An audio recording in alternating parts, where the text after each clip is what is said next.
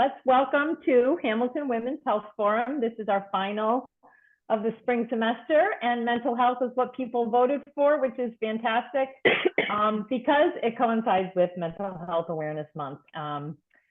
So I love when things coordinate like that. I'm all about a theme. So let's just take a minute and get into a good headspace. Let's just close our eyes, put your feet on the ground, and get aware of your breath, breathing in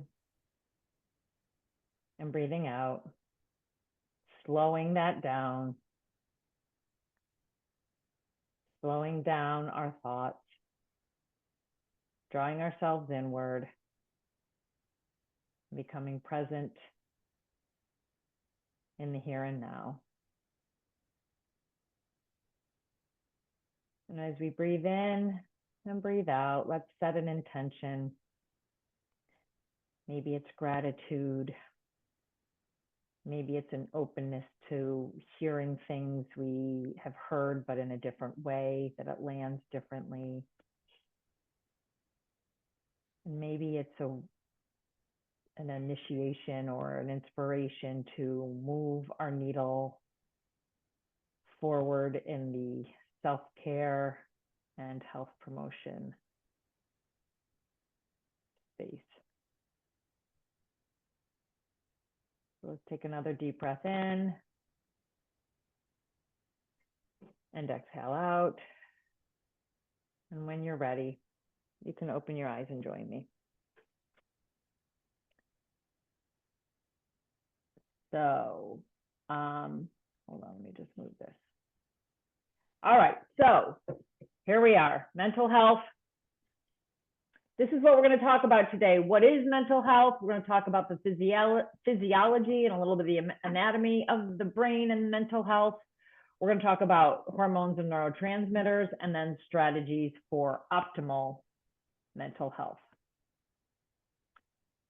So here's what I have to say. I brought back the marching band from our menopause moment because mental health is the overview of our, almost like the big picture of our overall well-being. And it is got a lot of moving parts and a lot of synchronization. And it's important to know that when one piece is off, like that tuba player goes left and everybody else is going right, how that can kind of tumble and bring us, down. And so I had to bring back the marching band for the grand finale of mental health because it is, it's a big overreaching subject.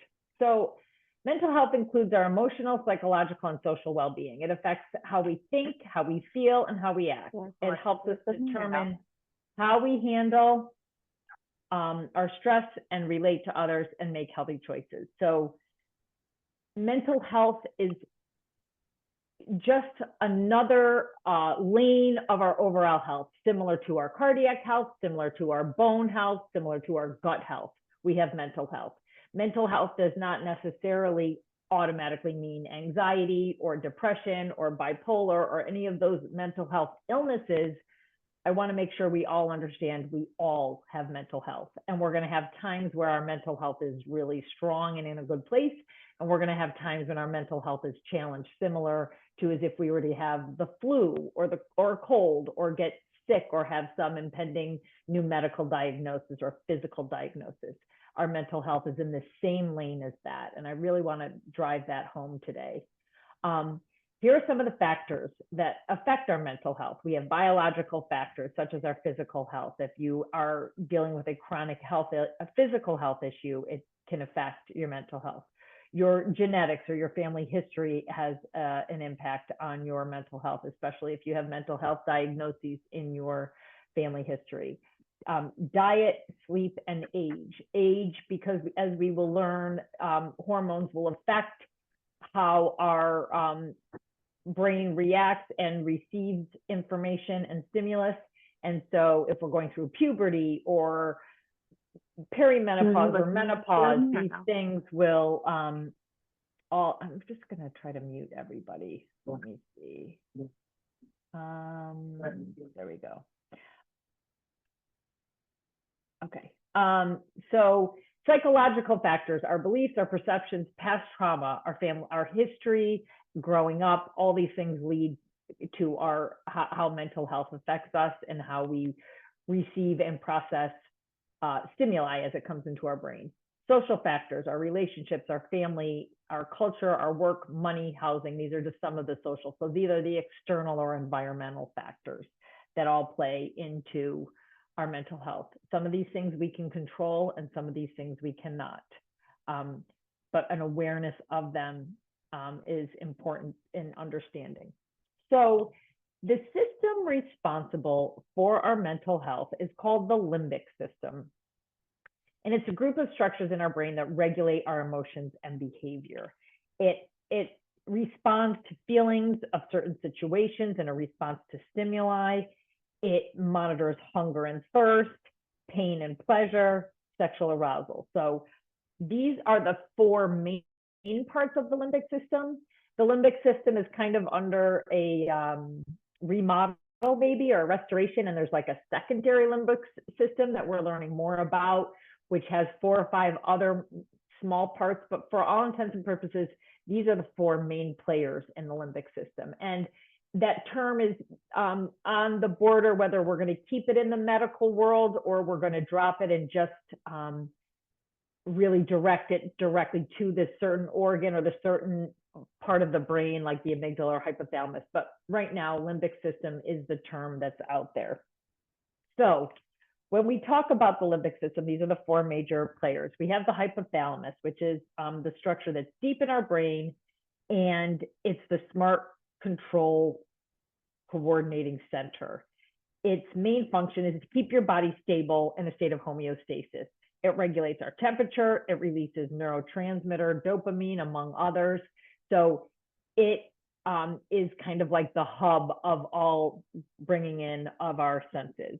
We have the amygdala, which is a processing center for emotions. It also links our emotions to many other brain abilities, especially our memory, learning, and our senses. And then the thalamus is what processes our true sensory receptors, all of them except for smell. So sight, hearing, touch, and taste are all processed through the thalamus.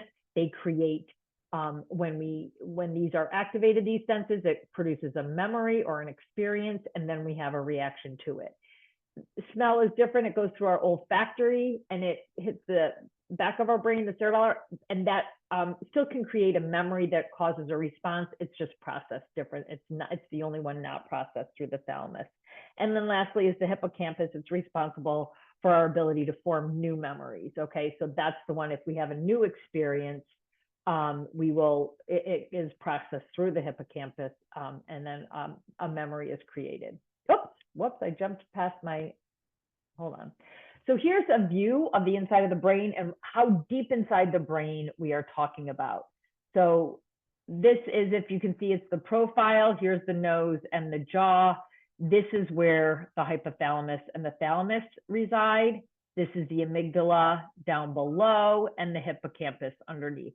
So these are the 4 main players way down deep in the brain. And again, this neuroscience is something that is expanding by leaps and bounds as we learn more, as we have better imaging tools, as we're looking at the heat in the brain when we're imaging and what is responding and what's reacting. There's so much of this brain that we don't understand and we don't know, but this is where we're at with our emotional and mental health, is the limbic system. So here are the main marching band members of the limbic system. They are the neurotransmitters.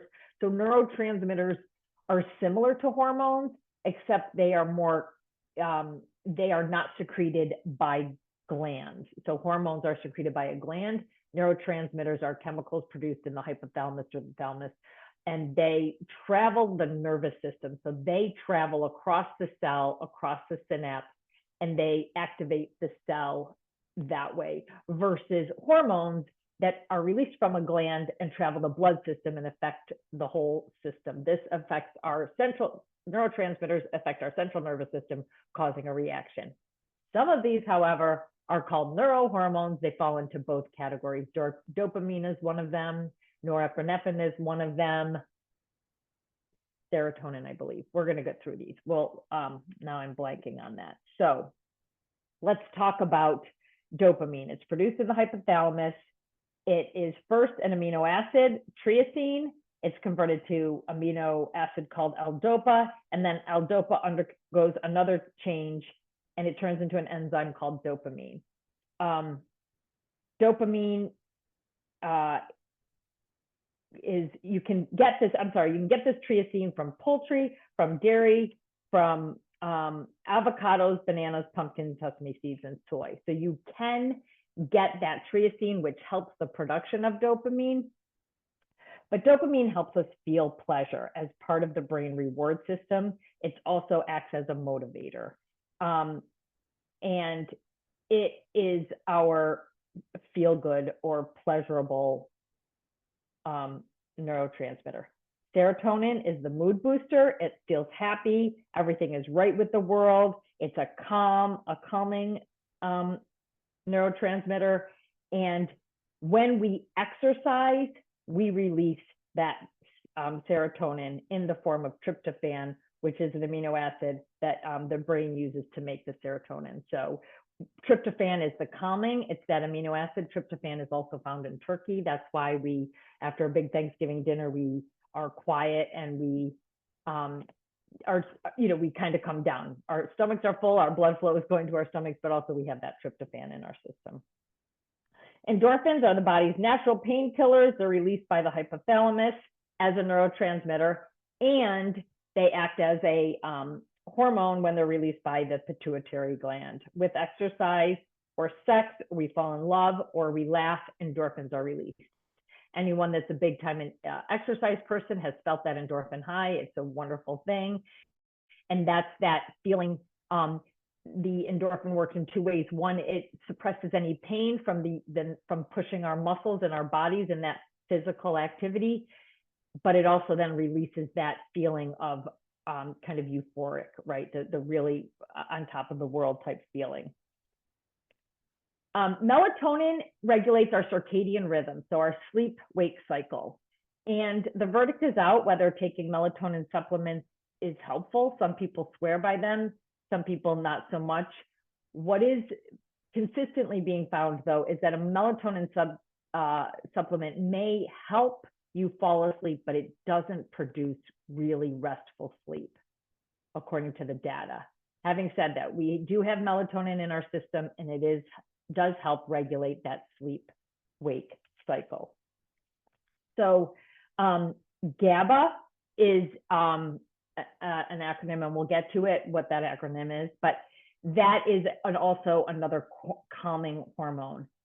Norepinephrine works as a hormone when it's released from the adrenal gland in that stress reaction, fight or flight. But when it's released as a neurotransmitter, it is aids in our energy and our feeling good. Those are feel good things. So serotonin and dopamine are inhibitory and excitatory neurotransmitters. So just think, it's just like it sounds. Serotonin inhibits the ability of the cell to be reactive. So if this is your cell and it's really reactive and it's jumping all around, serotonin calms that down. Whereas dopamine is the excitatory neurotransmitter, and it excites that cell. So that's why we feel like we're more motivated. We have that feelings of reward and being productive when we have that dopamine hit. Serotonin does the opposite. It regulates our mood. It keeps us a little more even keel. It's associated with feelings of happiness and focus and calm. Okay. So both of these are released from the hypothalamus. This is GABA, which is aminobutyric acid. It slows down your brain by blocking specific signals in your central nervous system, and it's known for producing a calming effect. GABA is used in medications to help with anesthetize us or some of our stronger anti-anxiety medications to bring that anxiety level down is GABA. You can't see, there are foods higher in GABA but the data isn't conclusive that it's able, that those foods that have GABA in them, that GABA crosses the blood-brain barrier. So it's one of those things that is kind of hard to improve with your diet, your GABA, your amount of GABA, but we can activate it. Endorphins are our natural painkillers, as I said, the hypothalamus and pituitary gland. It's a response to pain or stress, but it has the overall well-being. And then we have the three, the melatonin, the norepinephrine. Oxytocin, I didn't mention earlier, but it's here. So that is a #1 hormone used when we go into labor because it helps with uterine contractions. It also allows the milk to come in once the baby is delivered, and you have that letdown when you're nursing a baby. So your oxytocin is released and that milk is let down in your breast. That's what's supposed to give you that bonding effect with the baby. It's that love hormone. Having said that, oxytocin is also in our system and activated when we are excited either with a sexual partner or just physical touch, or we fall in love. That is when we feel loved, not necessarily in a romantic way, but in a platonic way. When we are embracing, when we feel that human touch, that releases oxytocin. But here's the deal about hugging. If you're a hugger, that hug has to last for 6 seconds to initiate the oxytocin release. So I used to laugh when I would hug my kids, especially if they were like struggling, right? You hug them and then I'd be like, oh no, we have 3 seconds left, and they'd be rolling their eyes, but it's that 6 seconds triggers that oxytocin release. So it calms, and it calms us down and it makes us feel loved. But you got to hug for 6 seconds, people. Here are the hormones that affect our mental health, especially related to females. We talked about this in the menopause series, estrogen and progesterone. So as estrogen increases during our cycle to get ready to release that egg for ovulation, we get into a very happy mood. That estrogen is elevated. Let me back up. In the limbic system, in the core of our brain, is highly concentrated with estrogen and progesterone receptors. And what that means is that estrogen and progesterone, that area of our brain is highly sensitive because of those receptors. So think of the receptor as like a keyhole, and the estrogen or the progesterone is the key that unlocks that cell. And when you have a high concentration of the receptors, that means it's highly reactive to your estrogen or progesterone levels. And so when we go through puberty and we have the fluctuation, the crazy fluctuation in our hormones trying to get that cycle regulated, we have a lot of mood swings, similar to perimenopause when we have the misfiring, or that estrogen's elevated, but there's no egg to be released and the progesterone's battling and everything's kind of wonky. Our hormones are all over the place.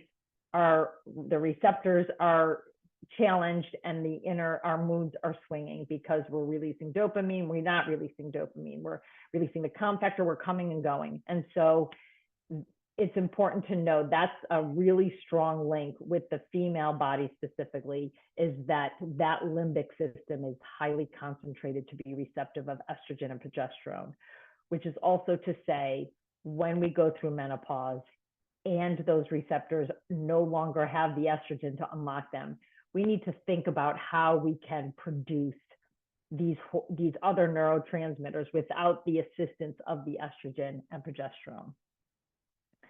So here's our dopamine hit for the night. I'm a big fan of puppies.